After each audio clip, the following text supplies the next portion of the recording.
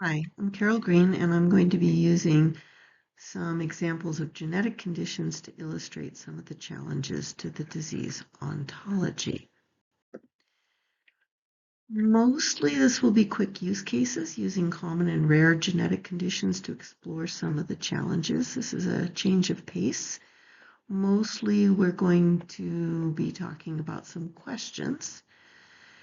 And I'm going to start, though, with an example of Prader-Willi syndrome, something we addressed in 2018. But after that, I'm going to be exploring some genetic conditions that raise questions about names and classifications that are not yet solved. Some of the questions that are well illustrated by genetic conditions are things you've already heard about, including should a condition be named based on its phenotype or its cause, or both? We'll explore some of those questions by looking at disorders of the X and the Y. We'll talk a little bit more about the issues that arise when one condition or diagnosis is a feature of another. Genetic conditions also bring up the question of whether a genetic change is actually a disease or a risk factor for a disease. And you've already heard something about the importance of connection to historical names to keep access to knowledge. I'm going to use a genetic example to consider also the question of names with shared derivation. So again, this section of our introduction has mostly questions, not so many answers, but again, starting with Prader-Willi. So on the left, this is what the disease ontology looked like at the beginning of clinical genetics participation in Dr. Schrimmel's ongoing project. Prader-Willi was listed as a chromosomal disorder. Well, yeah, it is. But about 60% of the time, it's one kind of a chromosomal disorder, a deletion of part of chromosome 15. But what's really important is whether there is expression of a number of genes in that section, that region of chromosome 15. And that doesn't have to be a deletion. It could be an issue of methylation. And that issue of deletion, of methylation, could be due to a change in the inheritance of chromosome 15 so that an individual has two copies of chromosome 15 from one parent. So Prader-Willi syndrome is a syndrome defined by its clinical features, as you can see on the lower right, but it has more than one possible etiologic mechanism. So this brought up the question of how to address in the DO, in the disease ontology, the situation in which one condition is understood to have more than one possible cause. In 2018, it would appear that each condition in the disease ontology had to be located in one place to have a home category, and Prader-Willi syndrome challenged that organization. The problem was not unique to Prader-Willi syndrome. Consider other disorders. For example, you've already heard about challenges with diabetes, which can be completely non-genetic. For example, if someone had mumps that damaged the pancreas or had to have their pancreas removed, or diabetes could be due to single gene causes and anything in between resulting from multiple factors combined. So Prader-Willi illustrates the problem of a condition that could have more than one cause. So the question was how to represent Prader-Willi going forward in the disease ontology to be sure it's correctly classified, not just as a chromosomal disorder. And as we worked on that issue, we can see how on the left we have genetic disease organized at that time in the disease ontology. There were two major categories, chromosomal disease and monogenic disorders. Other very specific groups of genetic conditions like the ciliopathies and specifically orofacial digital syndrome and chondrodysplasia punctata, which were monogenic, were all at an equal level in the organization of genetic disease, as were a number of specific single disorders. There was no category for multifactorial disorders, so we felt that a new structure was needed to organize the different types of genetic disorders, and a new strategy to recognize in the DO that some conditions belong to more than one category. So in 2018, we proposed a revision of categories of genetic disease in the disease ontology. And classic categories: genetic disease could be chromosomal, monogenic, could be autosomes, recessive or dominant, on the X chromosome or the Y chromosome, multifactorial, polygenic, sporadic mutations, and need to accommodate conditions that belong in more than one category. And on the right, and I would need to defer to Dr. Schrimmel exactly how to read this diagram.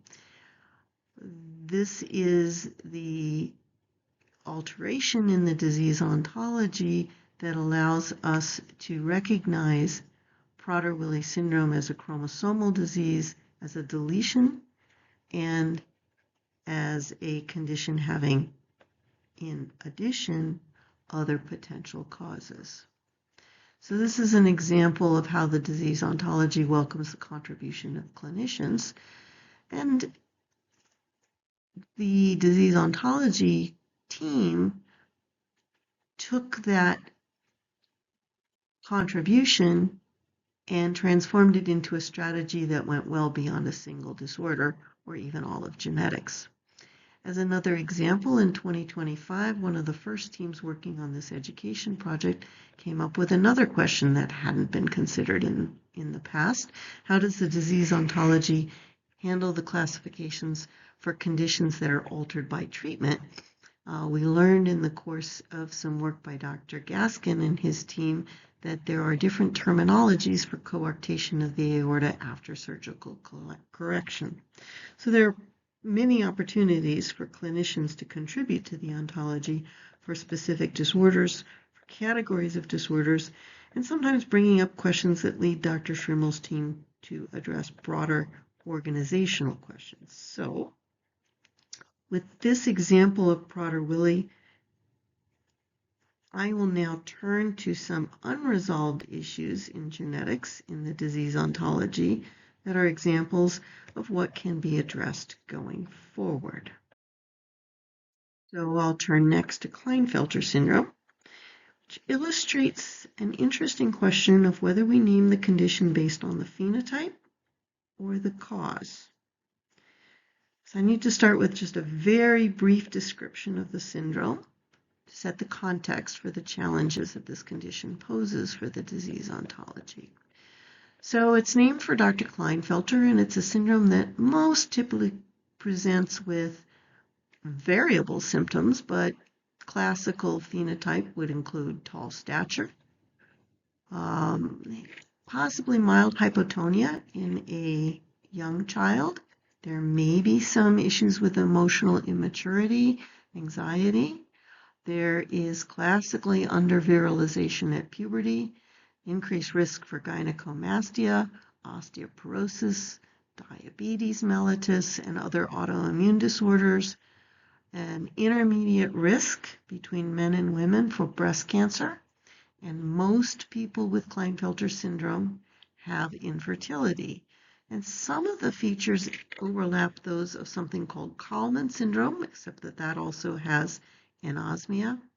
And Klinefelter is due to variations in karyotype with typically, classically, 47 chromosomes with 2 X's and a Y, but there are variations in the karyotype that can cause Klinefelter syndrome. There can be mosaicism, there can be 48 chromosomes with 3 X's or with 2 X's and 2 Y's, all sorts of different possibilities. In the disease ontology, Klinefelter syndrome is defined as a chromosomal duplication syndrome, which is defined as a condition with a basis in extra copies of a chromosomal region. We'll come back to that definition. Moving then to the definition of Klinefelter in the disease ontology, we have the following. It is defined as a chromosomal duplication syndrome that is characterized by infertility and that has material basis in an extra chromosome X in the cells of a man. Notice that the definition focuses on infertility and that the cause is an extra X chromosome. So what then are some of our challenges? So one is a technical issue with terminology. Is 47XXY a duplication? Almost all people with Klinefelter have 47 chromosomes, an extra complete and freestanding copy of X. So in the cytogenetics world, in the world of genetics, we'd say it's an aneuploidy, and a duplication is a term that's used when a part of a chromosome has an extra copy. So we have an issue with the current terminology in the disease ontology. But is Klinefelter always an aneuploidy? What if the affected individual has 46 chromosomes with one Y, one normal X, and another nearly complete X attached to another chromosome? Is it a different disorder because it has a different chromosomal mechanism even though the phenotype is the same? So is Klinefelter a chromosomal disorder? Is it a syndrome? Is it both? Of course, I would argue it's both. And then we have to ask the question, does a fetus or a baby boy who has no features of Klinefelter syndrome have Klinefelter syndrome?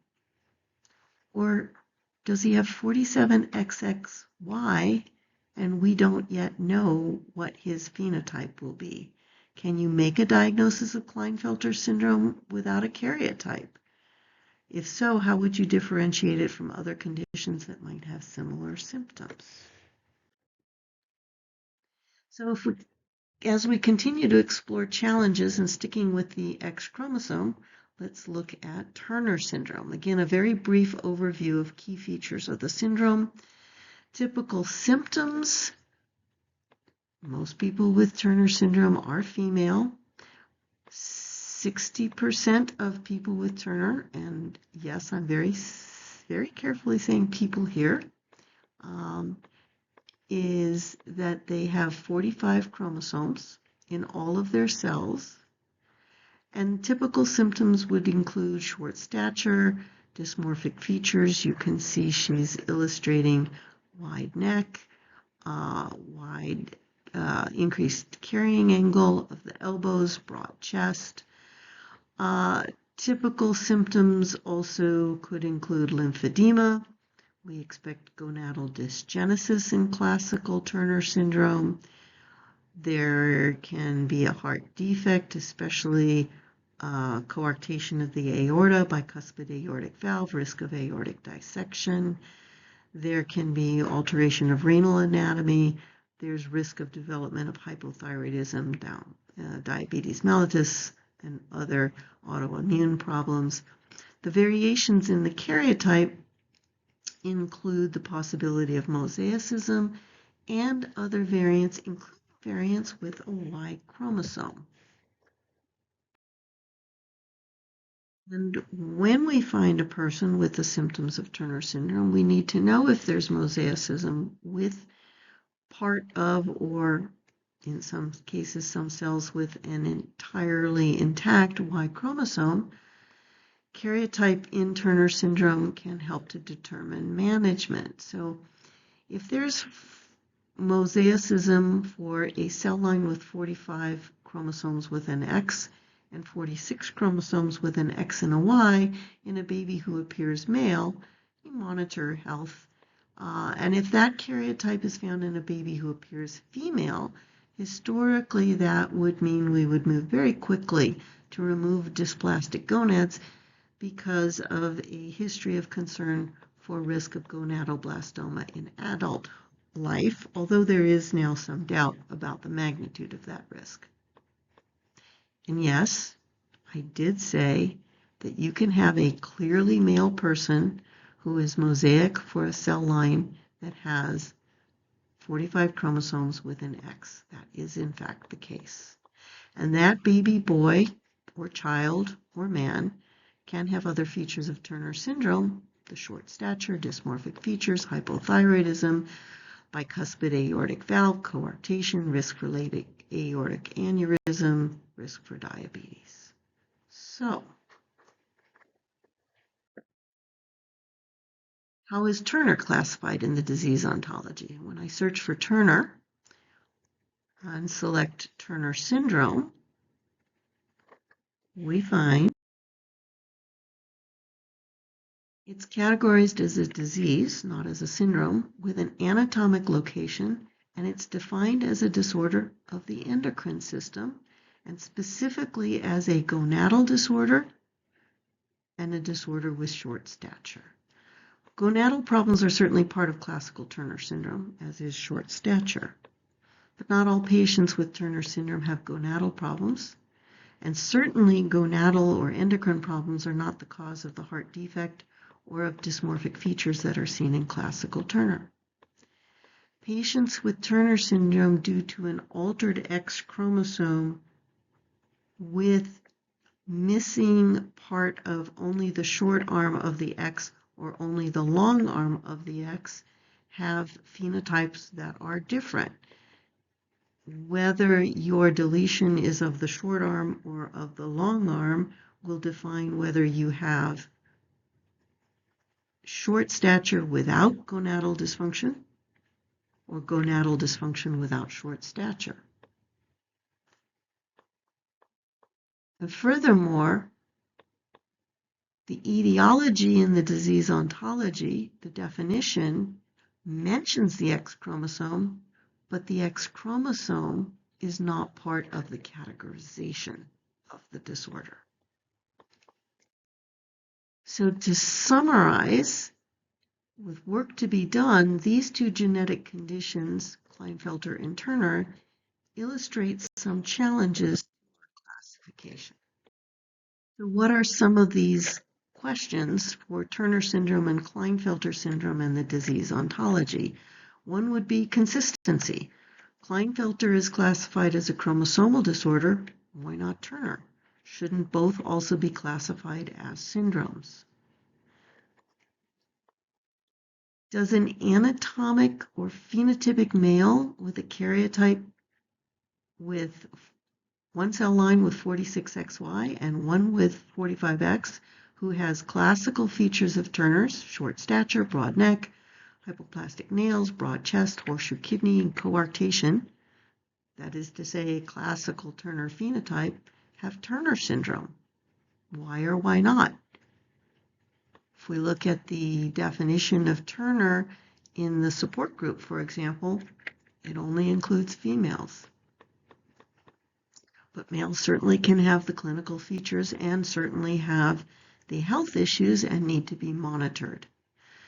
And how does the disease ontology capture some of the variations of Turner? What does it mean to say Turner variant? How should we capture in the disease ontology the clinical implications of a karyotype or a genotype where there is part of a Y chromosome present in a person with Turner syndrome who is phenotypically female? How should the disease ontology capture the distinction of Turner in a female with isochromosome XP who does not have short stature, or isochrome XQ who does not have gonadal dysgenesis? And besides, each of those individuals are actually trisomic for part of the X chromosome.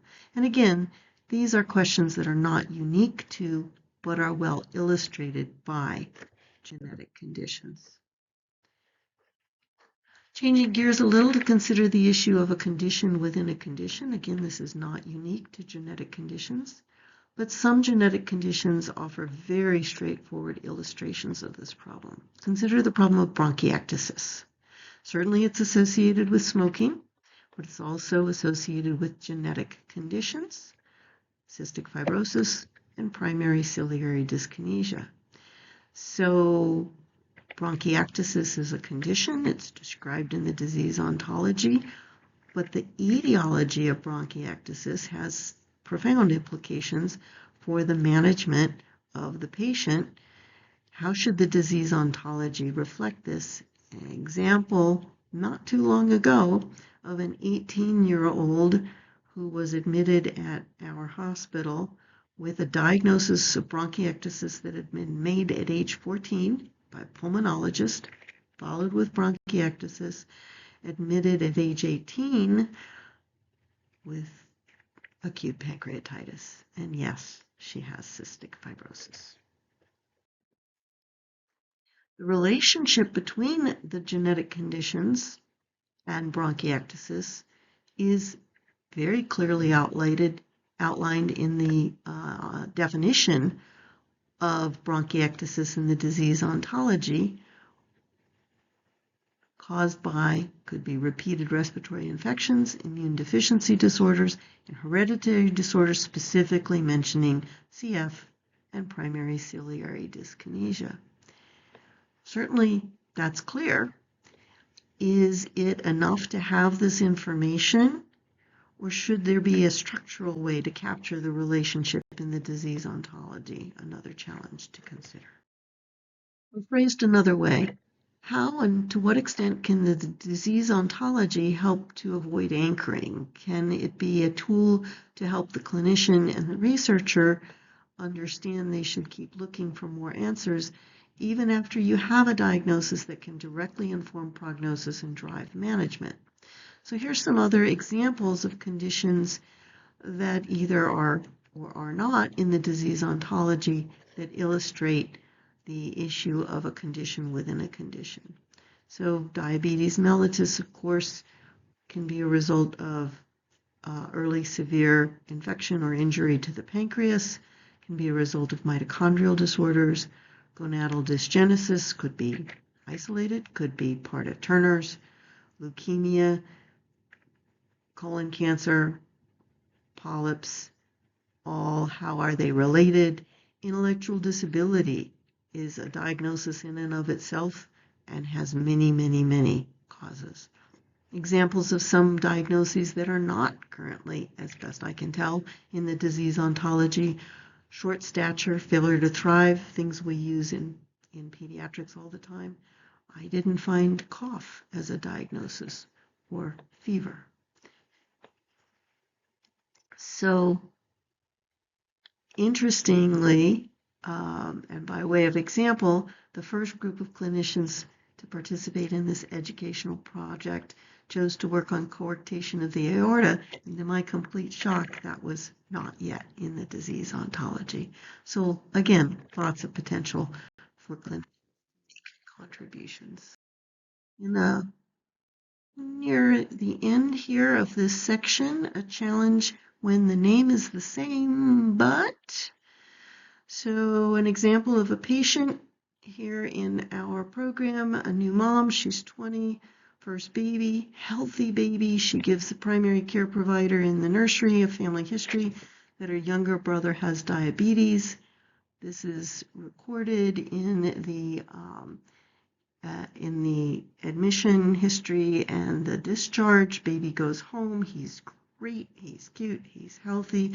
11 days later, mom reports a couple episodes of vomiting and decreased intake. They're admitting the patient to the ICU. He's lethargic. His sodium proves to be 161. The repeat is 165. And I am using this case to illustrate the challenge that comes with the name being the same. So you've already heard examples of overlap of names because of eponyms. There's other reasons for overlap, and this instance is one where the overlap of the name is because of history. Let's look at the history of the term diabetes to understand what happened here. This word has a derivation, and it turns out there's more than one kind of diabetes. As you know, the DO has already been updated to reflect many different types of diabetes, but if we go back even further, the term diabetes means, this comes from the Greek, to siphon or pass through, means that there's a lot of urine. In diabetes mellitus, the urine is sweet. Could be genetic or non-genetic. When it's genetic, it's multifactorial or could be single gene. In diabetes insipidus, the urine is not sweet. It could be central or nephrogenic, genetic or not genetic. When it's genetic, it is typically single gene. So back to our patient, further history from mom and grandmother. Baby's uncle had diabetes from birth, and they describe he was treated with the same medication as is used for too much water, and that is nephrogenic diabetes insipidus. The X-linked form is the most common form of the inherited diabetes insipidus. And this baby was at severe risk because of an assumption based on similarity in the names because of historical derivation. So can the disease ontology help? Should there be an entry in the disease ontology for diabetes to explain that there could be diabetes mellitus and diabetes insipidus? And if there was such an entry, read it. Then the name changes. So nephrogenic diabetes insipidus has recently been renamed arginine vasopressin resistance AVPR, which was previously known as renal diabetes insipidus. And are the old and new names of a condition truly synonymous? I heard about that from Katie Bisorti talking about HPNCC and Lynch syndrome. And we have name changes because we might have better understanding of a condition, naming it with respect to its etiology, or changing its range so that we now say autism spectrum instead of autism. We might have run out of letters to name the types, so the congenital disorders of glycosylation are now named according to their enzymes. We might change a name to avoid stigma or offense. We might change a name which was eponymous because we no longer want to honor that person. So how do we respect the current name and the new name and keep the connection with the older knowledge, especially if the older name is considered offensive?